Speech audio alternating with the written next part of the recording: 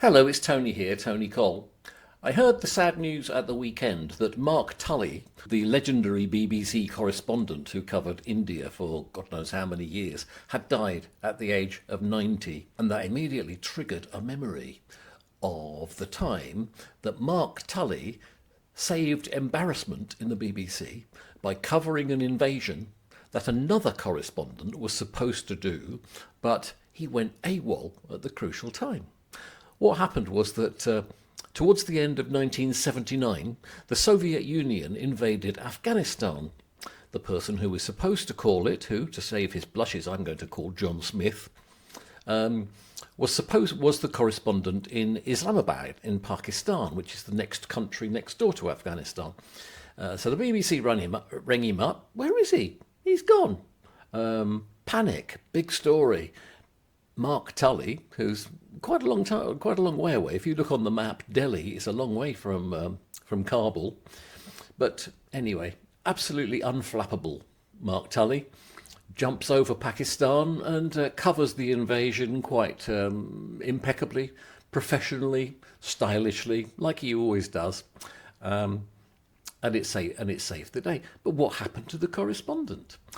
At the time in question, I was a lowly sub-editor in the World Service newsroom, but I knew this correspondent.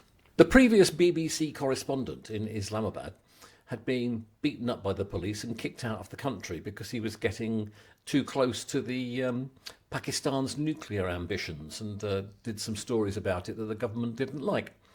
So the BBC found it quite hard to fill the post. So eventually they invited a guy who had been on permanent nights for many, many years, was used to rewriting stories from agency copy, worked all night, every night, had a grey pallor and a nasty hacking cough, but they couldn't find anybody else. So off he went, and as he told me himself on a subsequent visit, he said, I went round all the embassies and I went round all the government departments and I told them that I was from the BBC and that they've got any news, they should let me know. So I set up shop and waited. Can't stand curry, but I found myself a cook who could do shepherd's pie, so that was all right. So anyway, so off he goes. So not surprisingly, John Smith thought it was a bit quiet. So he decided nothing much has happened, I might as well take a few days off. So he went off fishing and was incommunicado for about a week.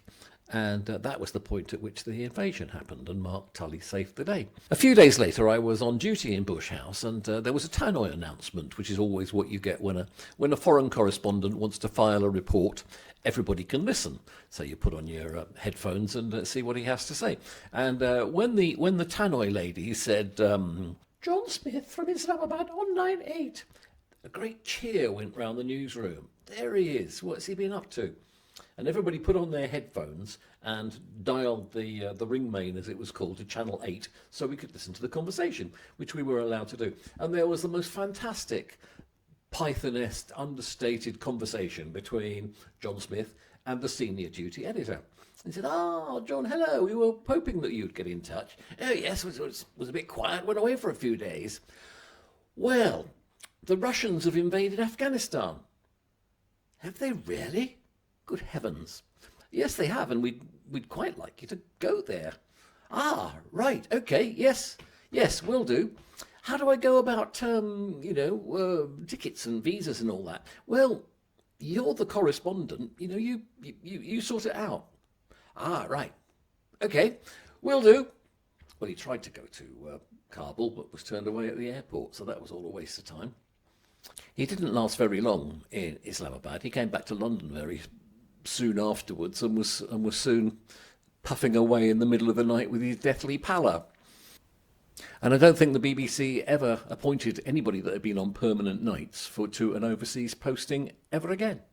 So God bless you, Mark Tully. Thank you for saving the day, that and many other days, and for having such a brilliant, illustrious BBC career. Rest in peace.